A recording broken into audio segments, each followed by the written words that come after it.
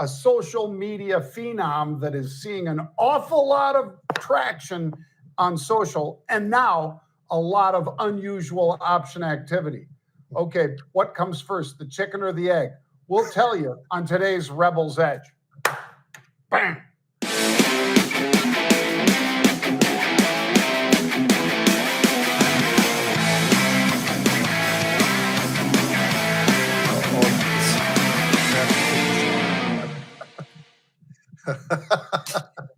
Bad Bunny. I can't speak for. I don't know. I don't even know what to say. You know, LeBron was down here, Pete, hanging with Bad Bunny. Oh God. Because LeBron will do anything to be relevant. Yeah. Ain't that the truth? Oh well.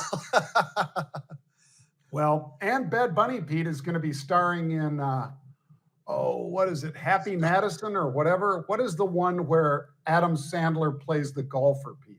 Oh, yeah. I know it. Happy Gilmore. There you go. See? Happy Gilmore 2's coming out, and Bad Bunny is Adam Sandler's caddy. It shows you how, John, it shows you how creative Hollywood has truly become. I was just out there, and let me tell you something. Hollywood don't look like it used to. I'll just leave that at that. And I'll say this, it's a hell of a lot worse looking than it once was, and worse than people would ever imagine. Oh, my gosh. Yeah, well, Pete, they're going to have a hard time winning back some of the movies. Now, TV, maybe, but the movies, my gosh. Well, Pete and I, folks, I'll share this one with you. Pete and I were interviewed for a hit on a Jamie Foxx production that was shot in Dublin, Ireland, because of the taxes, Pete, because of the low taxes, and they can actually give you credits for filming there and so forth and so on. And same thing with Toronto, same thing with Vancouver and Atlanta. I mean, the Marvel studios are in Atlanta. They ain't in Hollywood, folks. So these movies don't get shot in Hollywood. They get shot everywhere but Hollywood, Pete. It's too damned expensive. Talk to our friend Gavin Newscum. Now you got half the people mad at us. Trump likes to call him New Scum. All right. So now that we've got you all fired up, folks, let's dive right into Macro Minute while you're all tweeting back and forth about, did he just call our governor New Scum? Macro Minute, retail sales in June, more than expected. They rose, Pete, according to data from the Census Bureau. Retail sales up 0.6% in May. Once again, Pete, sounds like a recession to me, doesn't it to you, Pete? Well, as you and I have talked about here many times, John, and in other venues that we've been out there, the reality is this. You go out to dinner, places are packed. It just is what it is. No one wants to talk about it because they all want to tell us how bad the economy is. Well, if it's that bad, these places, bars, concerts, sporting events, all of them, they wouldn't have all the people that are there. And that's something that I think has been, we talk about boots on the ground, John. That doesn't even take boots. You can just put on tennis shoes or something like that, maybe some sliders to walk around and see that. It's very, very clear. And that's what June showed us, exactly that people are spending, that they are not pulling back. Not yet, at least. I'm not saying they won't, but they haven't yet. Well, let's dive into futures, Pete. And I'll say, hey, 10-year came down from the 4.5 back down to 4.44. And that's a good thing. And as Mr. Powell, the chairman of the Fed, is under pressure about that $2.5 billion edifice to the Fed, it's more and more likely that something might happen, Pete, and something getting him out would mean we're going to see lower rates. Yeah, although Trump did kind of backpedal a little on that, John. Yes, but he did. We'll see. But certainly he's not happy about it. There's a reason why he's out there in front of everybody almost every single day saying certain things that potentially could happen. So who knows? I think, for the fantastic futures, one of the things that really stands out for me, because I still think it's futuristic, John, Bitcoin, the fact that it's just unbelievable. It's holding on to most of the gains, not all of the gains that it's had. It hit 123, but it really is pretty amazing what we're seeing happening here, as well as Ethereum, which is up, 7%. It's the highest levels it's been since January, probably for the same reasons that Bitcoin. There are folks out there, John, that if you don't want to have to go to the 118,000 or wherever Bitcoin is this moment, and you go to Ethereum, a lot of folks are saying, well, maybe this is the secondary one that I could go to. And it looks like they are, because we're seeing more and more of that as well, right? Yeah, absolutely. Well, Pete, let's dive into some stocks. Let's dive right into Lucid and Uber, because they announced that they're taking on Waymo, which is Google, of course. They're taking on Tesla in the robo-taxi business. Now, Uber, up until now, they don't own cars and things like that. You sign up as a driver for them, and they make money off of your sweat and off of your vehicle. Well, if indeed they're going to have robo-taxis, somebody's got to own those. These guys decide, you know what? We're going to deploy at least 20,000 Lucid vehicles with this neuro driver over the next 6 years. Now, they put out like 300 mil, Pete, so that's a real number. And they're an investor in Lucid now, which is kind of interesting. I think it's really interesting. I love the combination. It makes a heck of a lot of sense, John. And the opportunity that it's bringing to people. You talked about $300 million investment here. And with Lucid, 20,000 vehicles, Neuro is another a means of getting that autonomous vehicle technology that people are all kind of trying to get as much as they can and get as much data as they can, because that's going to make it that much more safer. But I think it's really interesting. This Uber platform it's going to be a little bit different, not a whole lot different, but certainly this is something that it makes a lot of sense. Why not be? Why not be somebody who's competitive at that level? It makes a heck of a lot of sense to me. And I think this is a huge boost for Lucid as well, John. I think that Uber, it's great. And they're doing what they want to do, and they're making investments because they've got a heck of a lot of cash out there to do something like this. But this is really big for Lucid with 20,000 vehicles. Well, let's talk about something pretty big for Serepta, Pete. This is a stock that when Pete and I have covered it in the past, folks, it has been either flying to the upside or crashing to the downside. And frequently, the either insiders or people that really know have been doing very well by positioning ahead of those big moves. Not so much in this case, Pete, but the stock is up 20% today. Sarepta is, which is a pretty nice move. And basically, they've got, gene therapy and so forth that they think is going to help with, along with some restructuring. And that's why the stock was up some 21%. It was up almost double that in the pre, though, Pete. Yeah, it made a really big run, John, to the upside. There's no doubt about that. But also, let's just talk about how down this stock was. The 52-week is the lows of $17 and the highs of 153. So yes, it's made this monstrous move today of 20%, maybe even 22%, but that brings them all the way up to about $22 a share, somewhere in that category. There's a heck of a lot of shorts in here, 10, 11% there. You've got a cash burn that's going on. And that's one of the things that they were trying to address, was trying to reduce that workforce. And talking about 36% of that workforce, that's part of the strategy, is to cut some of the operations that are out there. They've had some issues with safety as well, John, and that's been a big part of this as well, why they've had a little bit of a problem with cash. It's a profitable company, but they really did need to do some restructuring. I think this is a smart move by them.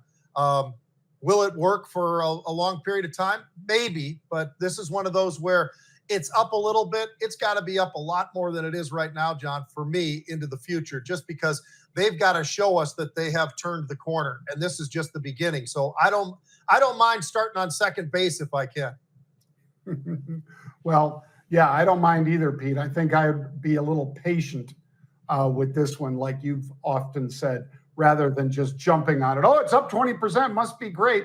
Yeah. Might take time. They've done a lot of slipping and sliding at this firm. Yeah. All right, CSX, Pete. We do have unusual option activity in CSX. Now, how big was that activity? Well, 7-Eleven, they were basically buying 20,000 of the 15th of August, that's regular August expiration, 35 calls, which were basically the at-the-money call. Just 2 days ago on the 15th of this week, Tuesday, they were buying the September 3750 calls for 35 cents. Big numbers, 7,500. So Pete, somebody thinks that there might be something happening here. And indeed, now there's a rumor that Union Pacific is shopping and looking at, among others, CSX.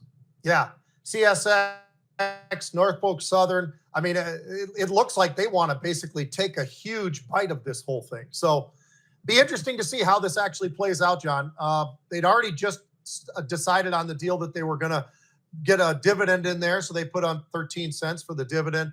But I'll tell you, it's really interesting. I think that we always bring this up. You and I both are very much in tune with this whole thing. When somebody's out there like CSX and the possibility of doing this, it's going to be a pretty big bite, number one. But number two, who's going to help them? Well, there's already talk about Morgan Stanley being the company that they've already hired for the exploration of how this acquisition could really work.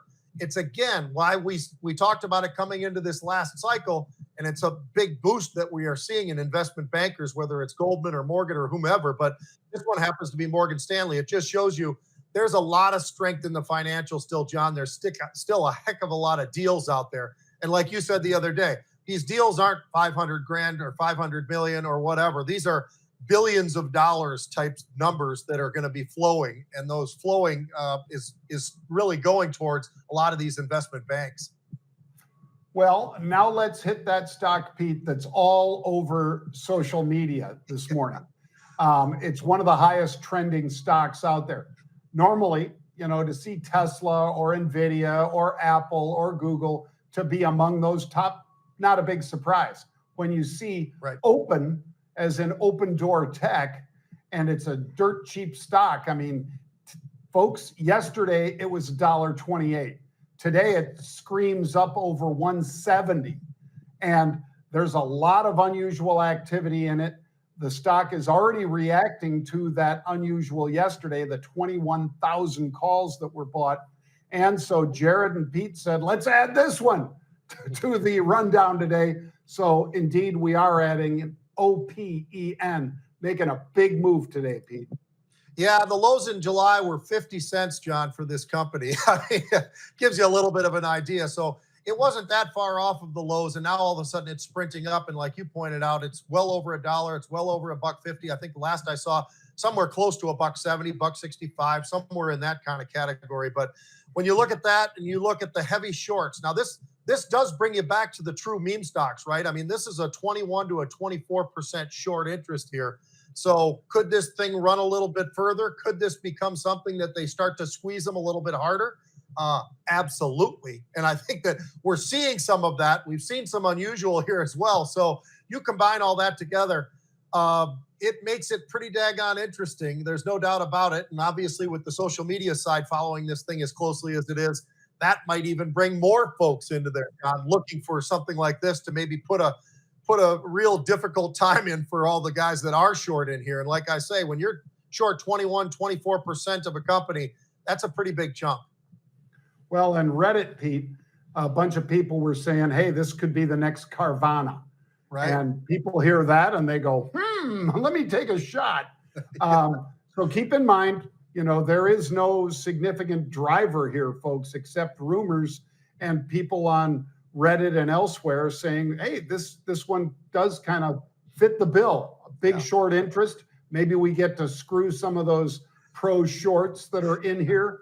They love to do that, Pete. They do. And Opendoor Tech, it's basically real estate play, I guess. And it traded all the way over $2 earlier in the pre-market. So it's up $1.70 right now. It's cheap stock.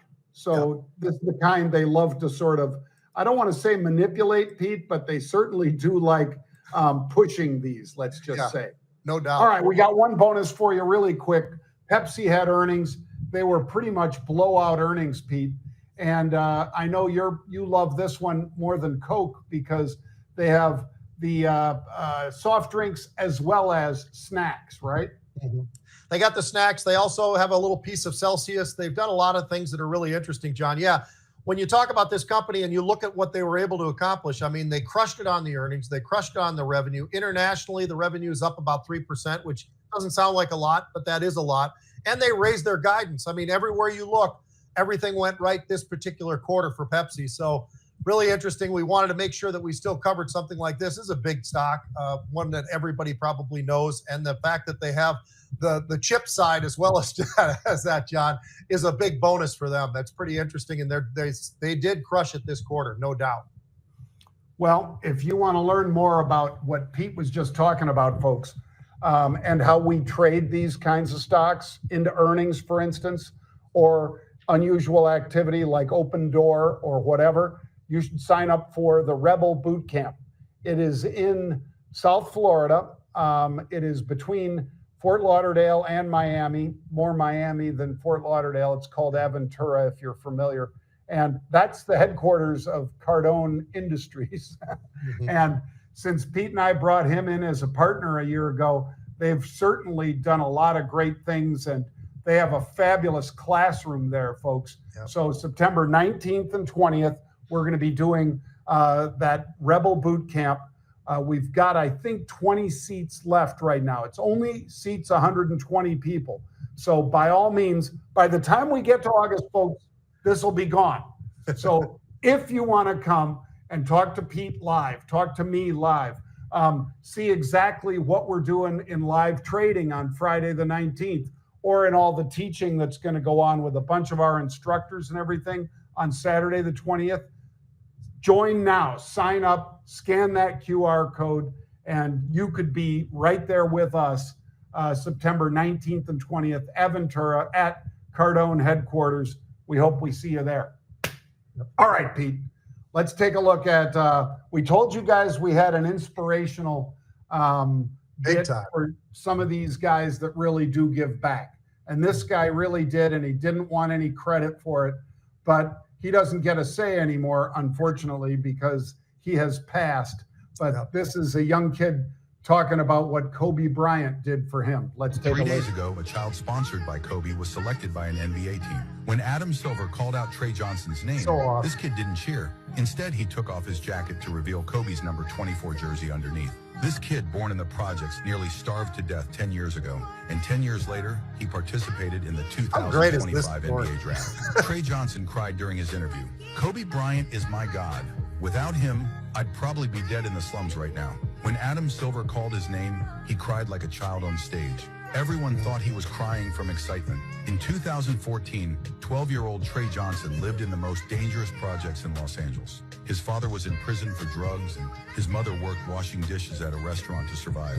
Trey Johnson practiced at a rundown court every day after school, often until late at night. One night, Kobe was driving by and saw this kid shooting alone in the pouring rain. Kobe asked him, "Kid, why are you still practicing so late?" Trey Johnson recognized Kobe and was shaking with excitement. He told Kobe, "I have to help my mom work during the day. I can only practice at night." Kobe told Trey Johnson, "If you really want to become a professional player, I can help you. But there's one condition. You can never tell anyone about this, including your family."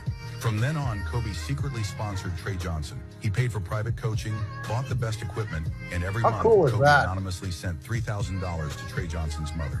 When Trey Johnson asked why Kobe was helping him, Kobe said, "I don't want any talented kid to be buried because of poverty. But remember, this is our secret." When Kobe died. Yep. And he kept that secret until Kobe passed, and he got picked in the draft this year, Pete. So, how cool is that? How cool. I mean, honestly, what are the odds that the kid that he ends up doing? And by the way, I would bet you this, John, he's not the only kid he stopped by and helped out. I mean, that's the beauty of who he was, But, you know, Michael Jordan does a lot of interesting things, too, that no one knows behind the scenes. Those two guys, I'll tell you what, that's GOAT 1 and 1B. Because those guys are unbelievable. And, you know, people can talk about this guy and that guy and this guy and that guy, but it's also the giving back. And you know, when a guy like Kobe is giving back the way he is and then wants to keep it quiet and all the rest, you got to love him for that. I mean, that's just unbelievable. And you know what? That's why he is considered by many as the GOAT. And he himself, I think, would still say Michael was the GOAT, you know, as opposed to some of these clowns today, which brings us into the next thing.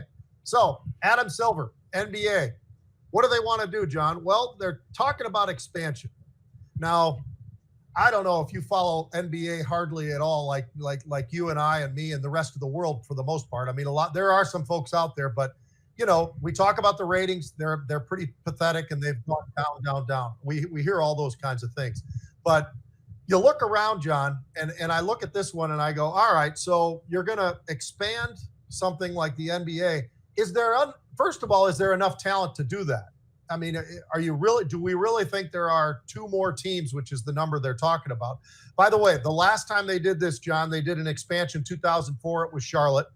From 1988 to 95, they added 6 teams to the NBA. I don't know. I mean, the one question I would say is, because they don't want to have somebody move to Las Vegas or move to Seattle. Those are the top 2 picks right now. But they want to expand there. So I wonder, should they do that? The NFL didn't do that. The NFL's got a heck of a lot better ratings and people wanting to watch and all that type of thing. But maybe they would watch it there. By the way, San Diego is the largest city in the country that doesn't have an NBA team. So it's kind of interesting that you're going to go back to Seattle, where you left Seattle, right, to go to Oklahoma City. That's what happened to everybody. Who doesn't know that? But never was a team in Vegas, but now they want a team in Vegas. So what do you think about this, John? Am I wrong to think that these guys should expand even? I just don't see it as something that is something that helps them with their TV ratings and helps them maybe with the seats, but I don't know if it helps with the TV. Yeah, and one of the things I'd say, Pete, is that those 2 cities, Vegas and Seattle, would be good spots. And maybe some of the teams that are in crappy markets should move there. Yeah. Because, it would fulfill what you have identified as a need. Let's get them in some really popular markets. And obviously Vegas is at the top of that heap right now, Pete, with what they did with with former Coyotes or whatever, with what they did with the Vegas Knights, what they did with the Raiders, what they're going to do with the Oakland A's and all that. A basketball team makes a lot of sense. That would be my number 1 pick. But You're right. The talent, I don't know if they're going to get. I think if you're going to do it, though, why not do it while you have that stupid ESPN contract that's paying you so much money that you can't hardly screw it up, Pete. By the way, if we want to invest in it, John, it's going to cost us about $2.5 billion each, for each team that comes out there. So we might have to really start thinking about that. We might have to start saving those bottle caps or something. Yeah, I think so. Hey, next up, how about this one for the NFL? We always love to hit the NFL, but because of Kobe, we wanted to slide up a little bit with the NBA. Now, with this one, John, Von Miller, friend of yours. You have a very good friend, female friend, by the way, who's an amazing agent and represents Von Miller. Yep, she is special, and she's really special, John, because I think I love Von Miller. I thought he was one of the best linebackers, outside linebacker, DN kind of a field guy. Now he's 36 years old though, and he had some good years with the Denver Broncos. He played with them, John, 10 years, had 110 of his sacks. His total, though, is 129. So he's played for 3 more years since he left Denver. And he went to the Rams, he went to Buffalo, and, he's only gotten another, 19 sacks. So my question to you is, we love him to death. He just signed with Washington, and that's the same guy who was the GM at Denver when they drafted him in the first round. And that was a great pick then. I just wonder now, John, at 36 years old, and he's really not putting up the numbers that he did, nothing even close to the numbers that he had done in the past. Do you think that that age is starting to catch up? It catches up to all of us, but it really catches up to the football players. And I don't know. I think oftentimes we think 32, 33 gets old. And if he's 36, is he really going to be that big of a contributor, do you think, this year for Washington? Maybe, but what do you think? Well, you're right, Pete. He's a heck of a player, and our friend Kristen Kaliga has done a great job representing him, I think, the whole way through his career, Pete. I love Vaughn. I'd be happy if he can still produce at 36, Pete, the way he did when he was 30. But, Father Time does catch up to you. So if the Commanders thought that this is a guy that they really need, I get it. I think if you use him sparingly, maybe he really can still make an impact, Pete. Is he going to be an every down player? He wasn't in Buffalo the last couple of years, Pete. They were rotating him. I think Commanders are going to have to do the same thing. And but you could surprise me, Vaughn. You've done it before. I hope you do it again. I hope he does too. And you know what? Father Time is tough to deal with. It's why, these quarterbacks, they could play into their 40s if they want to or have to or have the energy to be able to do it. But any of the other positions, it's pretty tough once you start hitting 34, 35, and Vaughn's 36. That makes it a little bit more difficult to be able to have the same. Yep. Well, folks, we don't do the show usually on Friday, and this is not an exception. We're not doing the show tomorrow. We do it Monday, Tuesday, Wednesday, Thursday at 1 o'clock Eastern time. We encourage all of you to check out that, again, Rebel Boot Camp that'll be going on in North Miami, also known as Aventura, Florida, the 19th and 20th of September, because the seats are filling up. They're sold. And we only have, I was told before we went on air, Pete, that we have 20 left. So that means we've sold about 100 seats already. Sign up now if you want to go. If you don't want to go, yeah, we're not going to ram it down your throat. It's going to be a great time with some of our best educators and coaches. But if you don't want to come, don't come. But if you want to come and you're delaying coming to this event because you say, maybe I'll wait a little longer, you're not going to get in. You are not going to get in. We cannot expand it. So hit that QR code now and call us up. You might even talk to Pete's son, who is one of the salespeople over there. He's doing a great job now, Pete, by the way. Thank you. Yeah, I mean, he's head to head with Melanie every day on the number of calls and so forth. So congratulations, Cole. Good job, Mel. And a lot of the sales staff would love to talk to you guys about what goes on at these things. So scan that QR code, and we hope to see you there in September. And we'll be back here on air Monday at 1 p.m. Eastern Time.